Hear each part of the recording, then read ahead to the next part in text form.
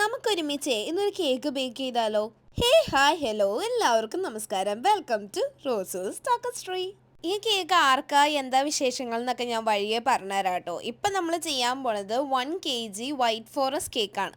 ഭയങ്കര ക്യൂട്ടായിട്ടുള്ള ഒരു കളർ കോമ്പോയിലാണ് നമ്മളിത് ചെയ്യാൻ പോണേ. ഭയങ്കര അട്രാക്റ്റീവ് ആയിട്ടുള്ള ഒരു കളർ. നിങ്ങൾക്ക് ആർക്കെങ്കിലും ആ കളർ ഗസ് ചെയ്യാൻ പറ്റുകയാണെങ്കിൽ ഒന്ന് കമൻറ്റ് ചെയ്യണേ. ബൈ ദ വേ, നമുക്ക് നമ്മുടെ കേക്കിലേക്ക് തിരിച്ചു വരാം. ഇത് നമ്മൾ വിഷയത്തിൽ നിന്നും വഴുതി മാറിപ്പോകരുതല്ലോ.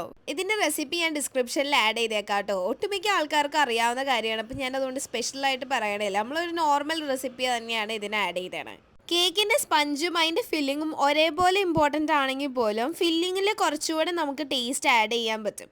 അപ്പോൾ അങ്ങനെ ഒരു 30 മിനിറ്റ്സിൽ നമ്മുടെ കേക്ക് ബേക്കായി വന്നു കേട്ടോ. തീരെ ക്ഷമയില്ലാത്തതുകൊണ്ട് ഞാൻ അപ്പം തന്നെ അത് കട്ട് ചെയ്ത് വെച്ചു. കുറച്ചുകൂടെ തിക്ക് ലെയേഴ്സ് ആയിട്ടാണ് നമ്മൾ ഈ പ്രാവശ്യം കട്ട് ചെയ്തത്. എല്ലാം ഈ വ്ലോഗിൽ കാണിക്കാൻ പറ്റാത്തതുകൊണ്ട് ഇതിന്റെ ഫില്ലിങ്ങും സംഭവങ്ങളൊക്കെ അടുത്ത വ്ലോഗിൽ കാണാം കേട്ടോ. അതിനു മുമ്പ് കളർ കമന്റ് ചെയ്യാൻ മറക്കണ്ട. അപ്പൊ എങ്ങനെയാ, നാളെ കാണാം.